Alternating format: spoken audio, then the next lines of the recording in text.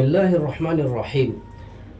زہد و تقوی کا جو معیار ہونا چاہیے وہ یہ کہ انسان کی کمائی کیسی ہے اور انسان کہاں خرچ کر رہا ہے۔ امام محمد رحمہ اللہ جو امام ابو حنیفہ رحمہ اللہ کے خاص شاگردوں میں ہیں اور امام شافعی رحمۃ اللہ رحمہ اللہ کے بھی استاد ہیں، انہوں نے کتاب لکھی جس کا نام کتاب الکسب ہے، جس میں انہوں نے حلال طریقے سے کمانے، حلال ذرائع اختیار کرنے اور حلال ذرائع میں ہی خرچ کرنے، یعنی حلال راستے میں ہی خرچ کرنے کے حوالے سے بحث کی ہے۔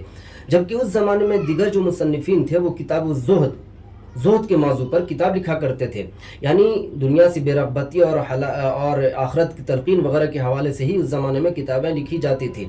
امام محمد رحمہ اللہ کے شاگردوں نے بھی عرض کیا، حضرت آپ نے کتاب الزہد کے موضوع پر کوئی کتاب نہیں لکھی؟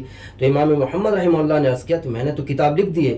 شاگردوں نے تعجب کا اظہار کیا کہ حضرت میں نے ایسی آپ کی اس موضوع پر کوئی کتاب نہیں دیکھی۔ امام محمد رحمہ اللہ نے عرض کیا کہ میں نے کتاب الکسب لکھ دی ہے، جس میں ہم نے زہد کے موضوع پر یعنی حلال طریقے سے کمانے اور حلال ذرائع میں ہی خرچ کرنے کے حوالے سے ہم نے بحث کی ہے۔ اور اصل جو زہد و تقوی کا معیار ہے وہ یہی ہے کہ انسان اپنی کمائی کس طرح کر رہا ہے، انسان کہاں سے کما رہا ہے اور کن ذرائع میں خرچ کر رہا ہے۔ اصل میں اسلام میں حلال کمانے کی اہمیت اتنی ہے کہ امام محمد رحمہ اللہ نے زہد و تقوی کا معیار ہی یہی بنایا کہ انسان حلال ذرائع سے کمائے اور حلال ذرائع میں ہی خرچ کرے، تبھی جا کر کے انسان پرہیزگار اور متقی کہلا سکتا ہے۔